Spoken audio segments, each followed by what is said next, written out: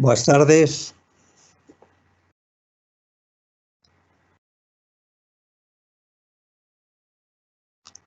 Comenzamos dentro do programa a última conferencia. Eu son Carlos Pajares, emérito da Universidade de Santiago de Compostela, no Instituto Galego de Física de Altas Enerxías. Vou falar sobre os 3 primeiros minutos do universo.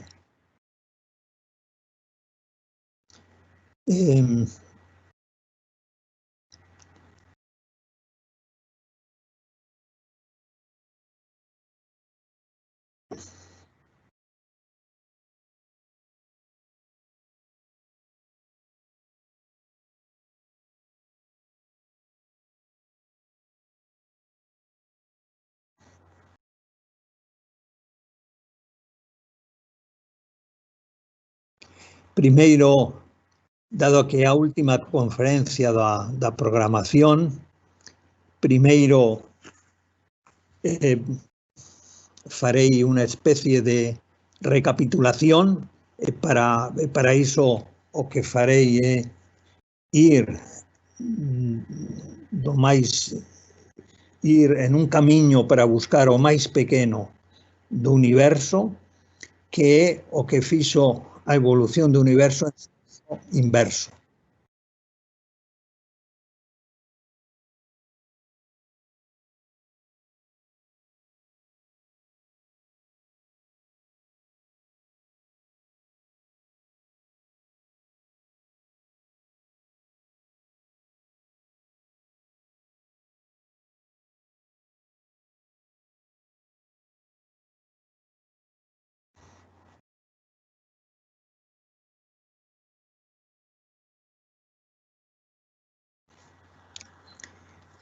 Como digo,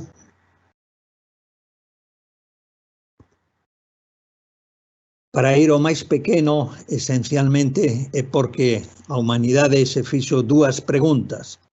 Aquí é unha simulación do profesor Einstein facéndose dúas preguntas: de que está feito o mundo? E a segunda pregunta é: como se mantén unido? Esas son as dúas fundamentais preguntas.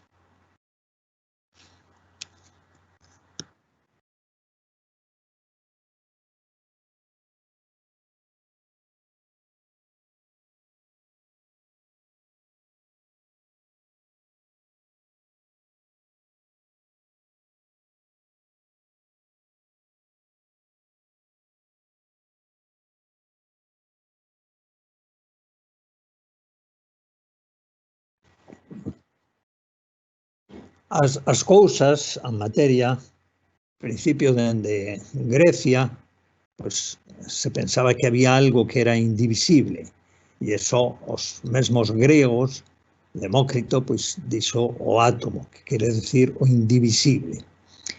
Pero foi paradigmático o experimento feito por Rutherford no 1911, en que demostrou que o átomo se podía dividir.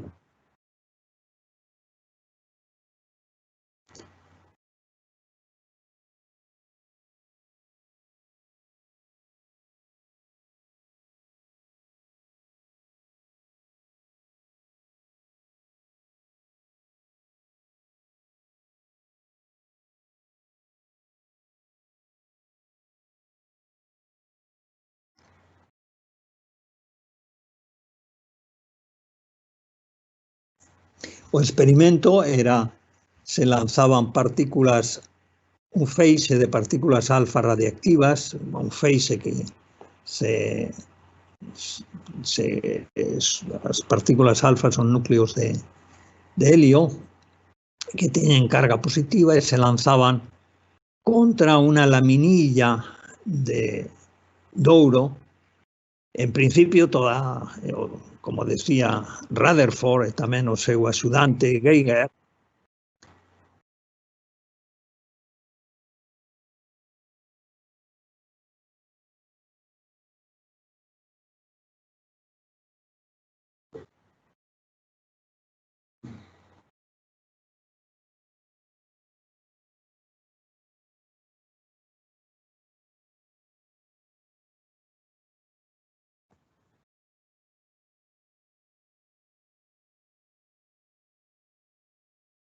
pensaban que era como tirar balines contra una folla de papel. Entonces, pues, digamos, pasarían a través do papel prácticamente sen modificar a súa trayectoria.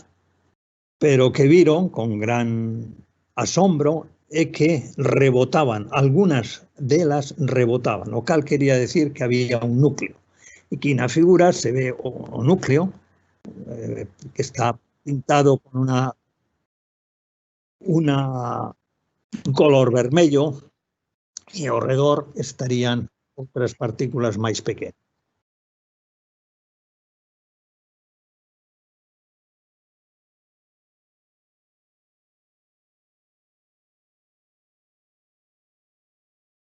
Ah,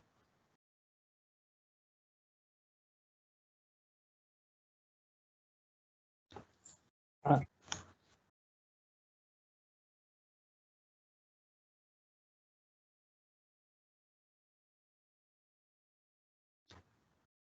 a diferencia entre o tamaño do átomo que do Armstrong e do núcleo é moi grande, é moito máis grande do que está representado na figura. A pregunta seguinte, dado que xa sabemos que átomo se pode dividir e como está aquí, pois está representado un átomo de helio e tamén outros átomos, que todos os átomos teñen un núcleo con carga positiva e despois fora están os electróns con carga negativa orbitando ao redor. Xa que logo sabemos que o átomo se divide, e a pregunta seguinte, o núcleo se pode dividir?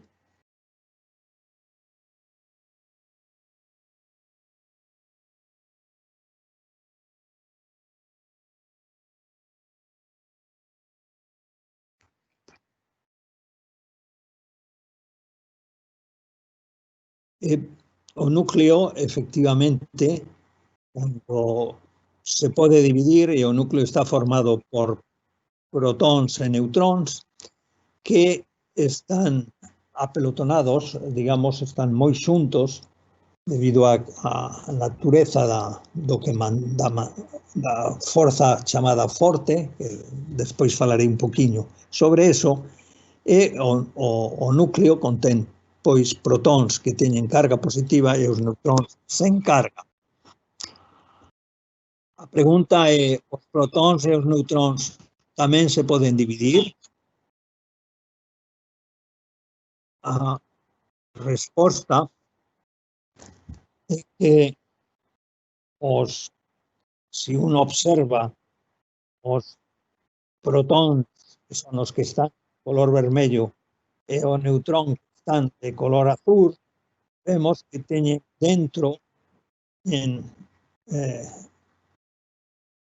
os quarks, chamados quarks, ten partículas que se chaman quarks, e lles hai de tipo D e de tipo U. Os neutróns teñen dúas de tipo D e unha de tipo U, e o protón dous de tipo U e un protón D.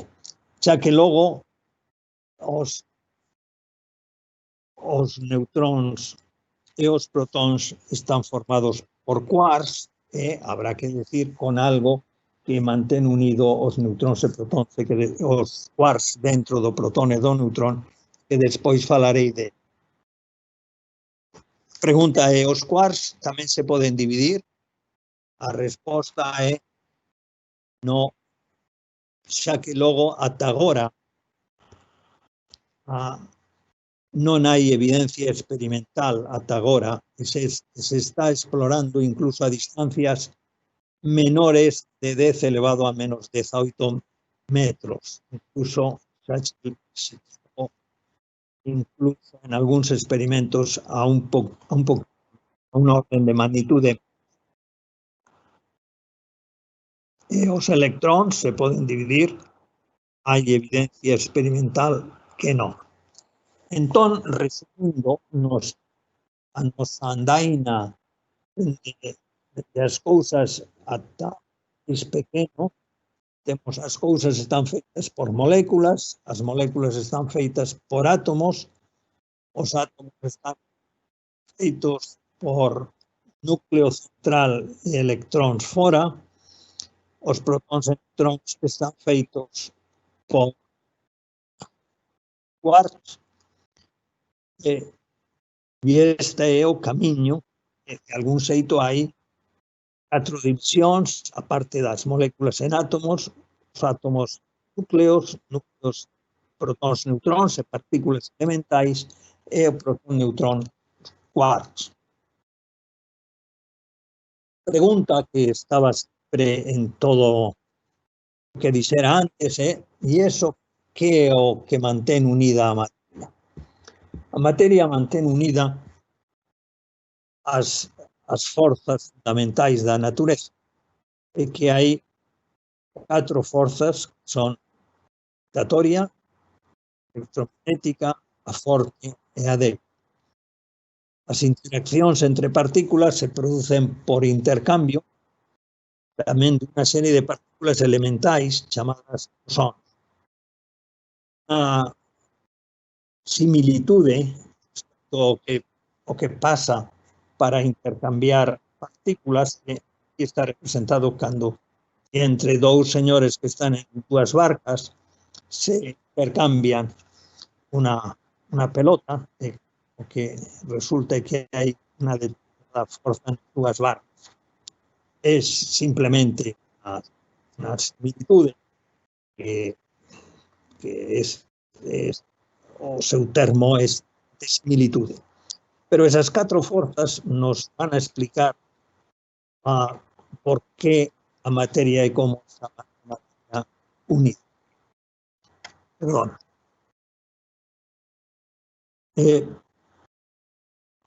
A forza electromagnética, todos o sabemos, é a forza entre cargas. É o que mantén unido os electróns, os núcleos están cargados positivamente, os electróns negativamente, hai unha forza que o mantén unido. En principio un diría, entón deberían os electróns caer e estar ao lado dos núcleos. Sin embargo, a mecánica cuántica explica que non, de que se distribuir en capas.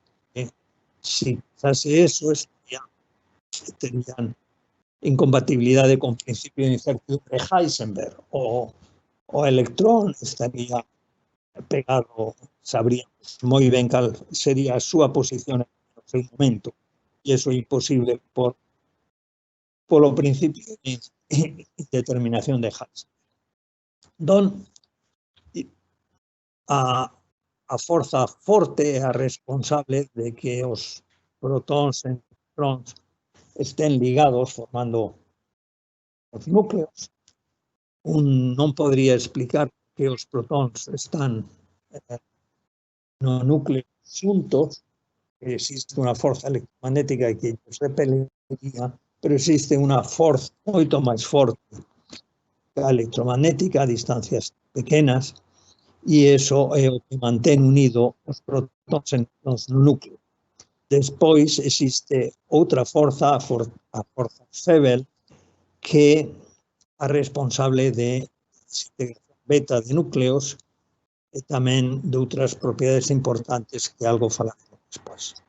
Xa que logo podemos decir que o modelo estándar existen as partículas elementais, que a nivel máis elemental está formada por quarks. Os quarks U e D eran os que mostrei que estaban constituídos os protóns e neutróns, pero ademais hai outros quarks, como o quark extraño, o quark C, o fotón e o top.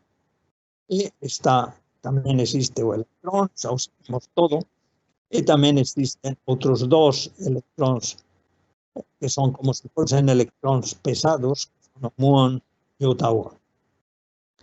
E, ademais deles, existen unhas neutrinos que anteriormente neste ciclo de frecuencias xa se fala.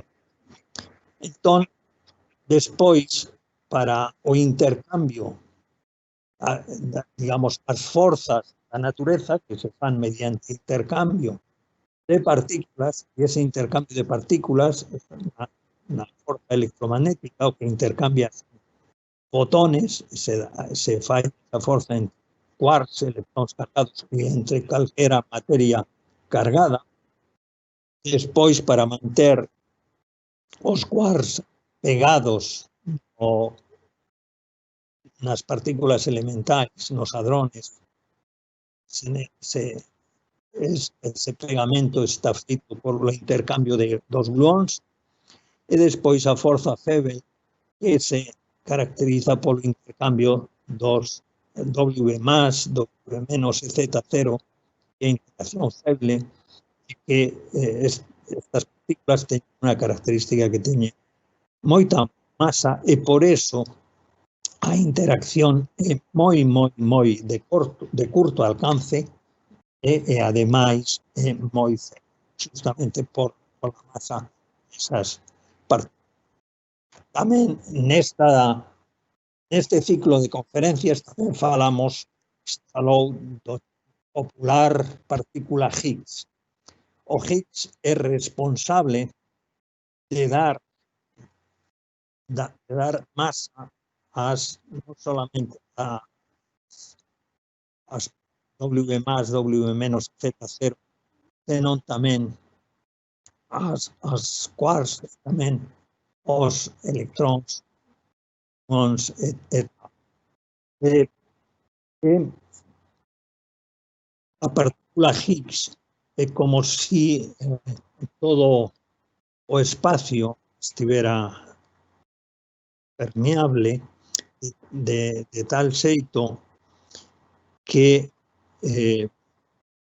ligándose co concepto de masa, a masa é a propiedade que ten as partículas e os corpos a cambiar de movimento. É esa resistencia. A partícula ten máis masa, se presenta máis resistencia ao cambio do movimento. Entón, a partícula Higgs é como se fose unha especie de campo, está en todo o espacio, de tal xeito que cando un quark ou ben un electrón se move, experimenta unha interacción con ese campo, e eso significa unha especie de resistencia, xa que logo un cambio a modificar o seu movimento. Outras palabras, estamos falando que o que lle dá a masa intrínseca a esos quarks ou a esos electróns, xa que logo é responsable da masa dos quarks e dos electróns. Ás veces se dice que a partícula Higgs, xa que logo é o responsable de toda a masa da materia. Non é certo, porque a masa, aínda que os quarks formen as partículas elementais, por exemplo, os protóns e neutróns, que están compostos de 3 quarks, pero ao mesmo tempo están compostos gluóns que representan a interacción entre esos quarks. E a masa total do protón e neutrón é, sobre todo, dada por esa interacción, non por la masa dos quarks, xa que logo a principal masa da materia ordinaria, que é a masa esencialmente das partículas protón, neutrón e hadróns, esa é dada justamente pola interacción, que a interacción de algún xeito é representada polos gluóns. Unha vez chegados ao modelo estándar, imos propiamente a falar dos 3 primeiros minutos do universo. Nos 3 primeiros minutos do universo se deron toda unha serie de circunstancias que, de algún xeito, foron as accións máis espectaculares no universo. E iso que vamos a falar agora. Esencialmente, ser o camiño oposto que fiz agora. Ata agora falei de que están feitas as cousas, baixando moléculas, átomos, núcleos, partículas elementais, quarks electrones, etc. Entón, agora vai ser diferente. Primeiro, teríamos unha clase de constituintes últimos que se foron diferenciando. Teríamos quarks e gluons, electrons. Quarks e gluons formarían os núcleos, sería primeiro as partículas elementais, perdón, e despois das partículas elementais os núcleos, sería a chamada nucleosíntesis primordial, e despois esos núcleos se formarían os átomos. Ata os núcleos, é dicir, a nucleosíntesis primordial, todo eso sucedeu nos 3 primeiros minutos, xa que logo é algo, suceden moitas cousas nesos 3 primeiros minutos e imos a velo con pouco máis de detenimento. En todo o coñecemento foi fundamental, como xa se dixo en outras conferencias dentro deste ciclo, o descubrimento de Hubble, que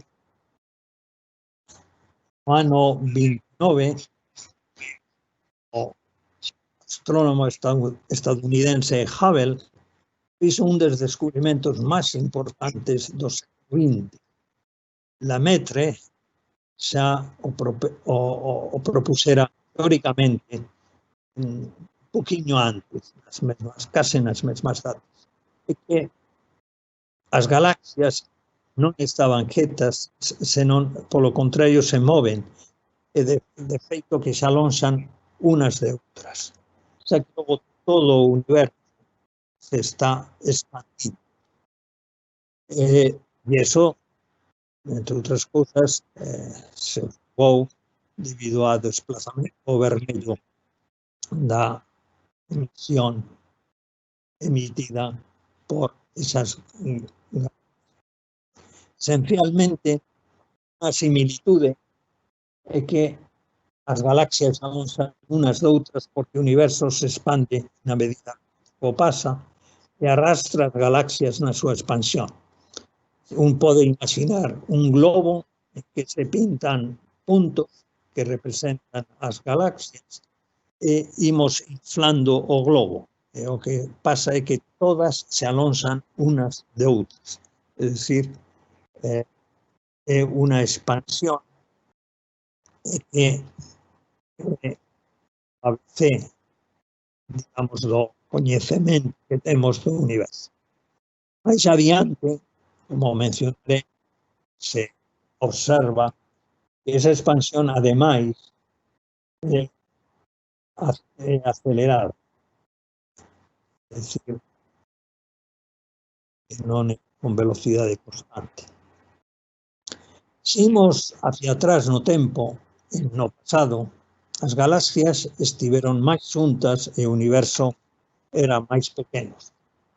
Chegaríamos así a un instante no tempo en que toda a masa, a enerxía, o espacio do universo estarían concentrados nun punto de densidade enorme. A orixe do universo, o Big Bang, a gran explosión.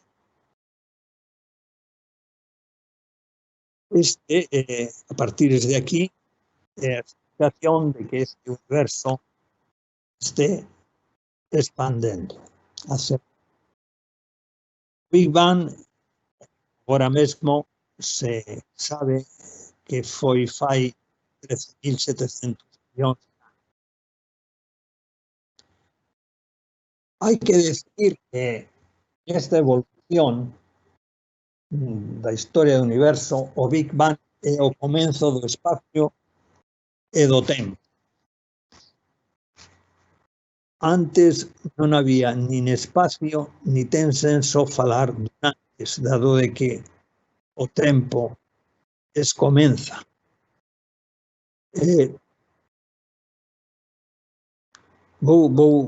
Isto, por suposto, ten que ver ca relatividade xeral que agora mencionaré. Ao principio, neste Big Bang, a temperatura e a densidade de enerxía eran enormes. E na medida que se expande o universo, vaise enfriando.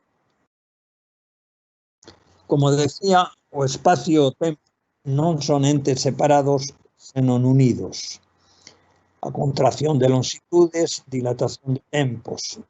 Esta unión implica que a enerxía e a masa se transforman nunha noutra de acordo ca fórmula de Einstein. É a teoría da relatividade. Non ten senso falar dun xeito unha banda de espacio e doutra tempo.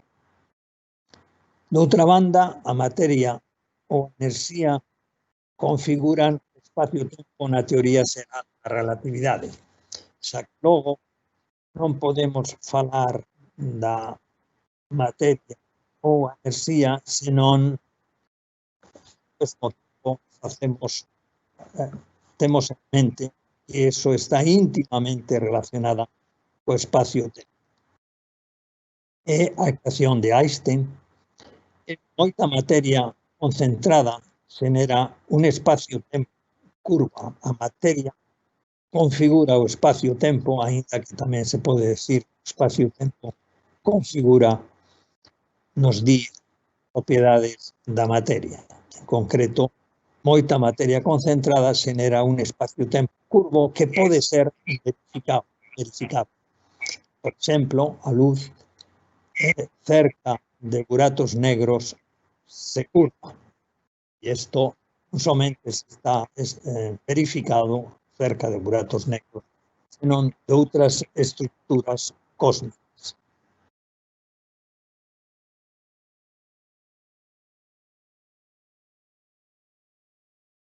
A enerxía, como sabemos, se pode convertir en materia en virtude da ecuación.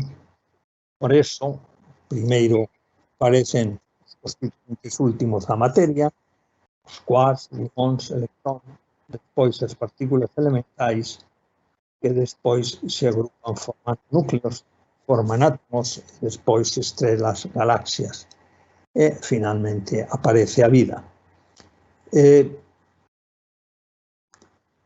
Xa que logo é ter sempre en mente que o que estamos decir desa evolución ten que ver íntimamente con a relación entre a enerxía e a masa, a conversión de enerxía ou masa. A evolución do universo ben resumida en esta diapositiva, no que observemos que está, de algún xeito, o Big Bang, e despois, na liña superior, aí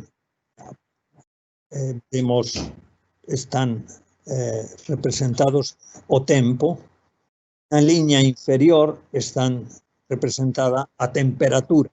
Ao principio temos unha temperatura enorme con unos, non se pode imaginar, 10 elevado a 32 grados. E cando comenzamos, estamos a 10 elevado a menos 43 segundos perto do Big Bang. Despois, unha liña pouco máis inclinada que o resto, que a etapa que chamamos inflacionaria, que tamén xa se falou este ciclo de conferencias. Despois, temos a etapa inflacionaria, temos un círculo aí que sinala 10 elevado a 34 segundos e abaixo 10 elevado a 27 grados. A continuación, 10 elevado a menos 10 segundos e abaixo 10 elevado a 15 grados. A continuación, 10 elevado a menos 5 segundos, 10 elevado a 10 grados. Observemos que é unha temperatura enorme.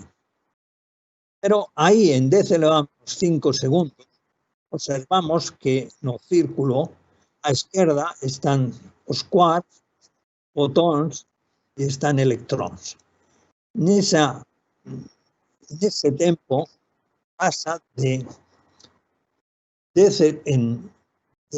existir quarks e gluóns, pasamos ás partículas elementais, fotóns, neutrons e outras partículas elementais.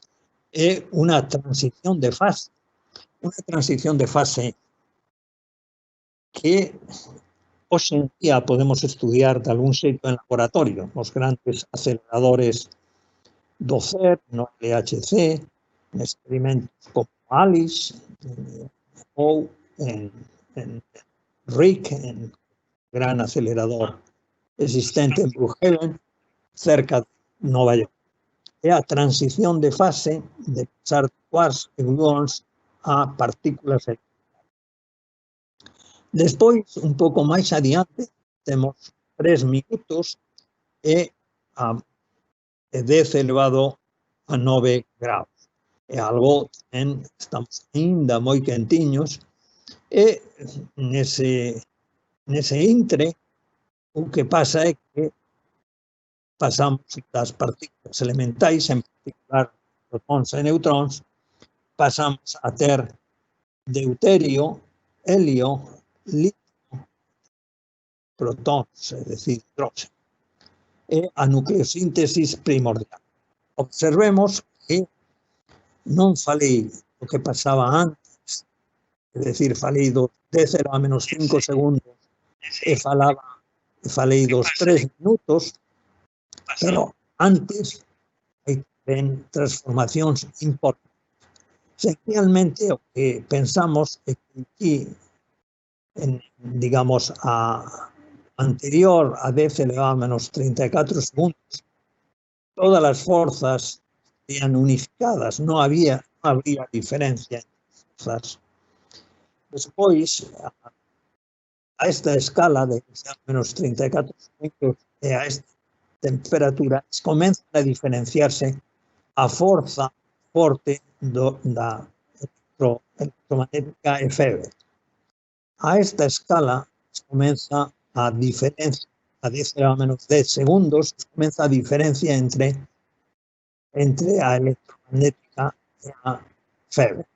E aquí aparece a transición de fase de quarks e gluóns núcleos, a partículas elementais, e aos 3 minutos aparecen as partículas elementais, os núcleos. Xa que logo pasaron neste tempo, os 3 primeiros minutos, pasaron un montón de cousas interesantes. Incluso non falei antes da etapa inflacionaria. Pero despois aínda queda unha etapa moi importante, que é a formación dos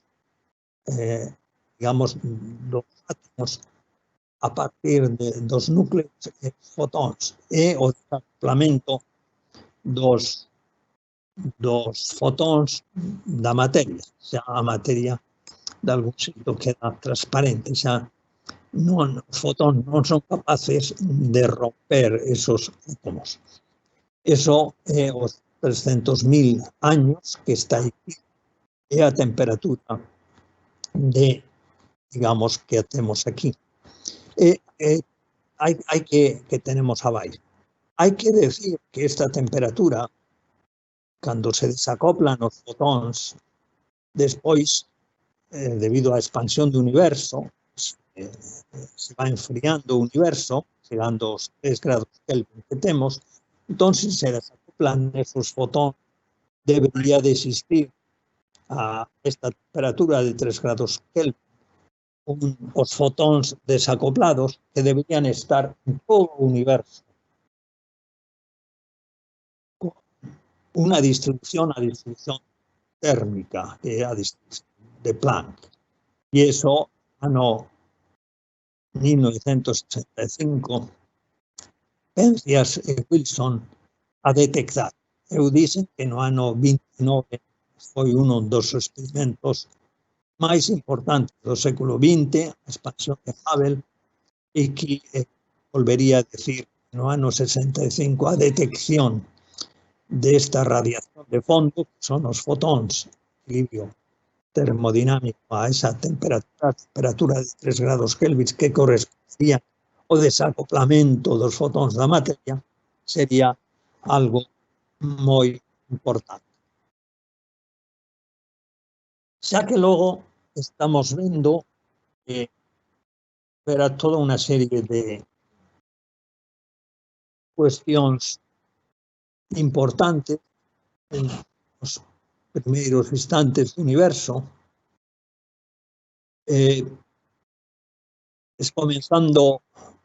Comenzamos 10 elevado a menos 43 segundos. Aí alguén pode preguntar, que pasa antes? Igual que hai que decir que ir máis abaixo, a teoría xeral da relatividade, principio de indeterminación de Heisenberg, presentan incompatibilidade. Xa que logo, a ese tempo que se chama tempo de Planck, equivalentemente a longitude de Planck ou a masa que había no universo nese tempo, hai unha incompatibilidade. Por suposto que hai unos grandes esforzos para superar, pero non vou a falar neste instante, neste momento, sobre este tipo, non teño. Despois observamos que está a etapa inflacionaria, a isotropía, que é fundamental, entre as cousas, para explicar a gran isotropía que hai no universo. A continuación está a diferenciación de interacción forte das restantes. A continuación está a diferenciación da electromagnética da feble. A continuación, os gluóns e quarks forman prótons e neutróns. Os protóns e neutróns forman núcleos, e os núcleos máis electróns, eu ainda non falei deste punto, forman átomos e os fotóns se desacoplan da materia, da radiación de fondo. Imos ver algún destas etapas máis detalle. Hai que decir que, ao final, temos a vida prácticamente de onte, e que esa vida evoluciona e aparece o ser humano. E o ser humano, a súa inteligencia lle fai preguntarse pola orixe do universo. Aquí representei pola estatua do pensador de Rodin.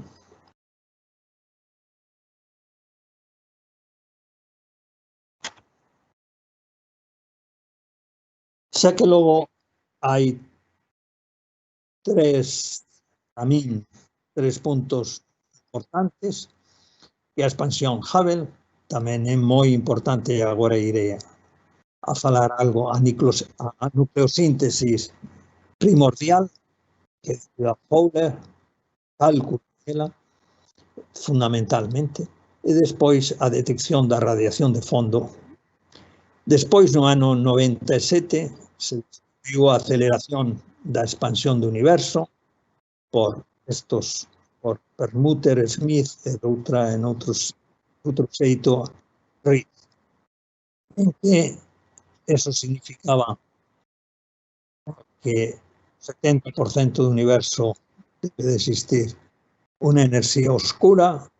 Hai especulacións de Higgs, e hai de 5% da materia oscura, xa que logo que sabemos da materia ordinaria, que dos modelos ata agora, pois é prácticamente non chega ao 5%. E eu dixen que para a transición de fase, e tamén anteriormente Elena Ferreiro falou neste ciclo de conferencias justamente sobre eso, que os físicos de partículas, mini Big Bangs, os aceleradores, reproducindo as condicións de extrema densidade e temperatura do universo. A nucleosíntese é algo que é un equilibrio moi delicada para que se produzca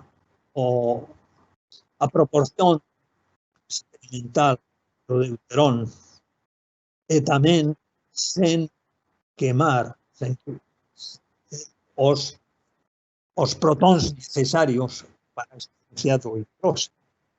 Esencialmente está nestas tres reaccións que eu represento e que son as colisións neutróns-protóns que forman o deuterón e o fotón, máis nese universo que estarían chocando todas as partículas existentes do mesmo xeito en equilibrio termodinámico a temperatura T, os deuteróns chocarían cos fotóns e quedarían destruídos os deuteróns formando neutróns e protóns. Doutra banda, o neutrón se desintegra protón, electrón e neutrino. A primeira reacción e a segunda son esencialmente unha interacción forte e a última interacción feble.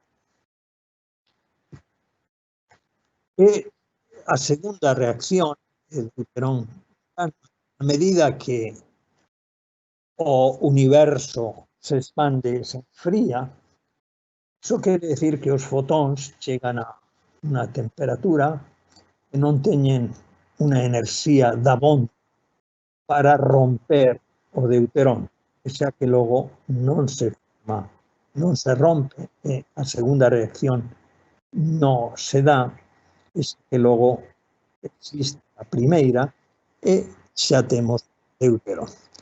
Mais non é a cuestión tan fácil, porque hai, bueno, eso é justamente unha determinada temperatura. Bueno, primeiro, non só unha determinada temperatura, porque se houbera moitos fotóns, entón é evidente que o que pasaría é que, digamos, ese equilibrio non podría existir. Ten que haber un equilibrio entre os protóns, entre os protóns e de fotóns, justamente nesa temperatura. Eso é unha observación, e a segunda observación é a seguinte: a desintegración do neutrón, que é forza exactamente debida á interacción feble, e esa interacción ten un valor. Pero que pasaría se fose un poquinho máis grande ou un poquinho máis pequeno? Se fose un poquinho máis grande o valor desa interacción, entón o neutrón se desintegraría rapidinho.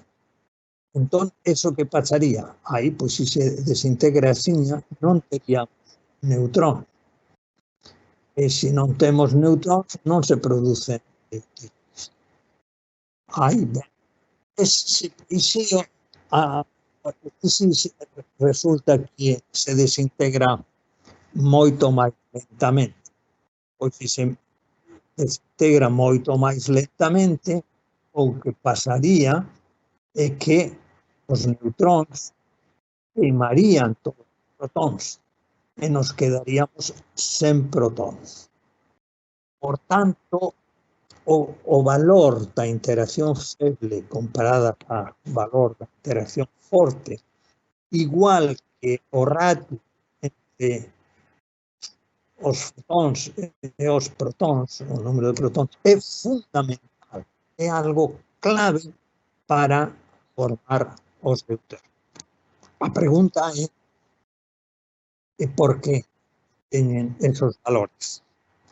A resposta é simplemente porque se mide experimentalmente, mas non temos unha resposta teórica para explicar justamente isto Isto que sucede que é fundamental para que se forme deuteróns e xa que logo, a partires dos deuterón, o resto dos núcleos na cadena, o resto dos núcleos ata digamos, ata o ferro, porque despois, bueno, ata os primeiros, ata o litio, porque os outros se forman no interior das estrellas.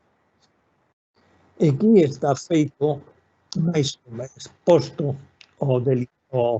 a relación delicada que hai entre a vida media de la desintegración do neutrón y las proporciones de formación de los diversos núcleos. Aquí está posto la temperatura e o tempo e as proporcións de protóns, neutróns. Entón, é evidente que é moi sensible despois, por suposto, o deuterón, o tritio, helio 3, helio 4, berilio, litio, litio 7, litio 7, litio 6. Entón, é unha proporción moi delicada para que se poda formar o deuterón e, ademais, nas proporcións adecuadas.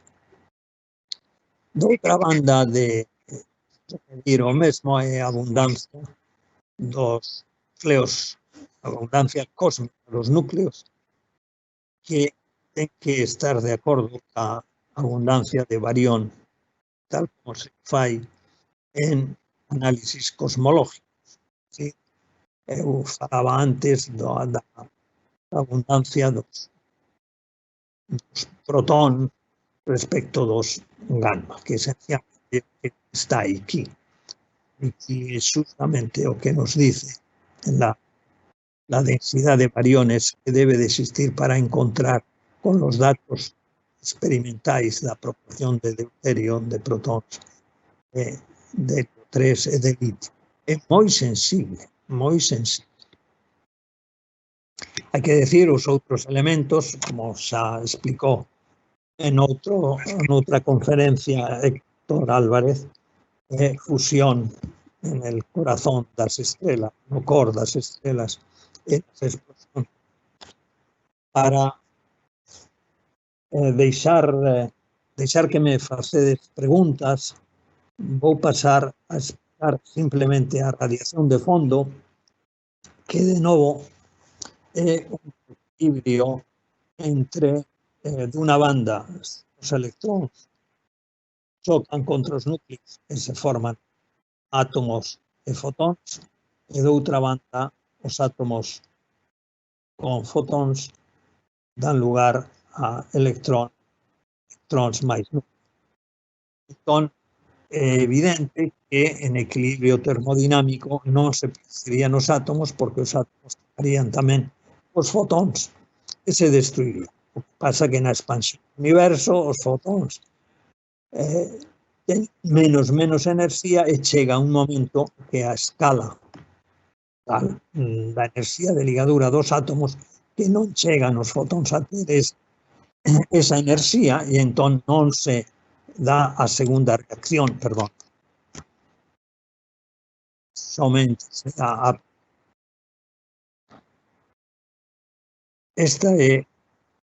isto que quere decir é que quedan dunha banda os átomos e de outra banda os fotóns. Eso o que quere decir é que habrá fotóns desacoplados materia dos átomos e esos fotóns estarán en todo o universo. Esa é a radiación de fondo descoberta por Penzias e Wilson e que se produce ao redor de 300.000 años despois do. Para rematar, permitirme que faga unha especie de elucubración respecto da unicidade e diferenciación. Todo o proceso da evolución, é dicir, a evolución do universo primeiro e despois, incluso, podríamos decir, da evolución da vida tamén, é algo proceso da diferenciación baixo unha unidade subyacente.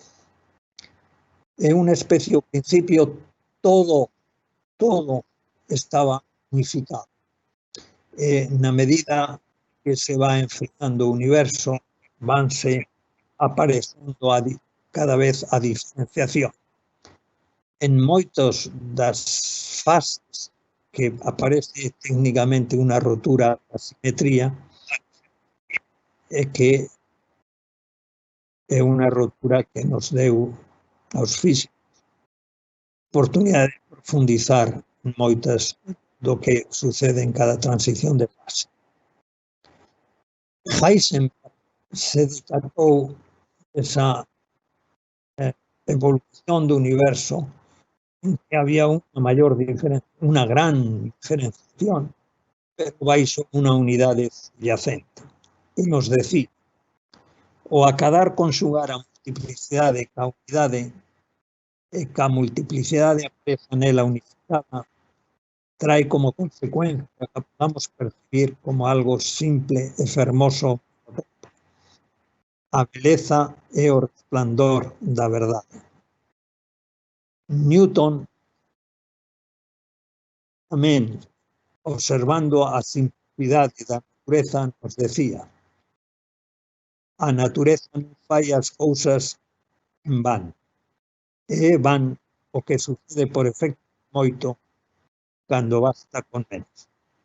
Isto que nos dice Heisenberg e Newton, os humanos non científicos tamén observan a diferenciación e as unicidades subyacentes que dá lugar na búsqueda da verdade e da beleza. Así, en a espiritualidade, por exemplo, San Benito dice que hai que eliminar o superfluo. En Deus non hai nada artificioso ni antinatural, é absoluta simplicidade, perfecta naturalidade. Obviamente, persoas non religiosas, pois tamén, por suposto, pensaron en esa diferenciación e que por detrás subyace unha unidade misteriosa. Ata aquí a miña charla, agora imos pasar ás preguntas.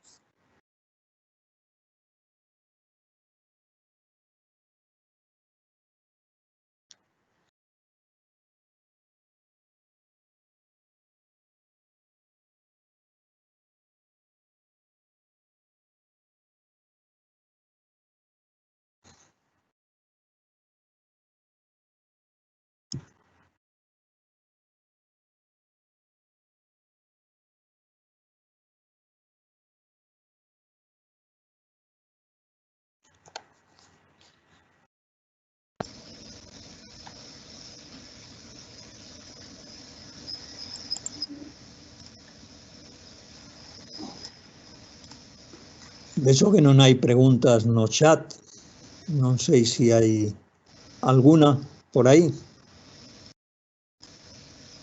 Carlos, soy yo de voz, ahora me presento en cámara, no hay ninguna pregunta, no sé si alguien quiere preguntar en estos últimos minutos, si no me gustaría a mí cerrar el ciclo, así que si alguien, algún vergonzoso quiere preguntar, que es el momento.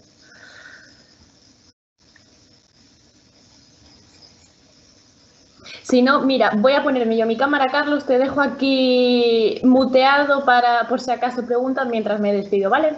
Vale. Bueno, muy buenas, yo soy Elena, soy la responsable de comunicación del Instituto Galego de Física de Altas Energías, el ICFAE, y antes que nada me gustaría que me perdonaseis que no hablara en gallego, pero no soy gallega, llevo poco tiempo en Galicia y no lo hablo lo suficientemente bien como debería para poder hacerlo ahora en público, en directo.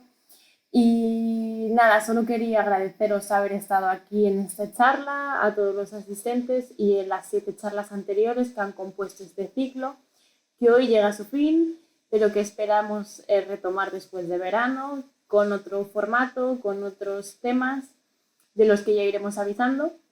Pero por ahora vamos a hacer un parón de vacaciones Y mientras tanto os invito a que visitéis nuestro canal de YouTube, donde se colgará en un ratito este vídeo. Tenemos colgados los vídeos anteriores y también tenemos otros tipos de vídeos, y me gustaría destacar especialmente el ciclo Transfronterizas, Conversas de Arte y Ciencia, que es un ciclo que hemos puesto en marcha recientemente, en el que invitamos a personalidades del mundo de las artes y de la cultura a dialogar en directo por nuestro canal de YouTube con investigadores de nuestro centro. Y lo que hacen es explorar esas intersecciones entre arte y ciencia, explorar esos vasos comunicantes. Son charlas no tan científicas como estas, que seguro que muchos de los que nos habéis seguido estos días encontráis interesantes. Y también en nuestro canal de YouTube podéis encontrar algunos de los seminarios que hemos estado dando durante el confinamiento, y algún curso también. Y iremos subiendo más contenido poco a poco. Y nada más, agradeceros de nuevo haber estado aquí, haber hecho posible este proyecto tan ambicioso con el que queríamos acercarnos un poco todos los galegofalantes del mundo justo cuando tuvimos que quedarnos en casa. Y esperamos que os haya gustado mucho y que la próxima vez que nos veamos, en vez de ser a través de una pantalla, sea en persona. Nada más, muchas gracias y nos vemos.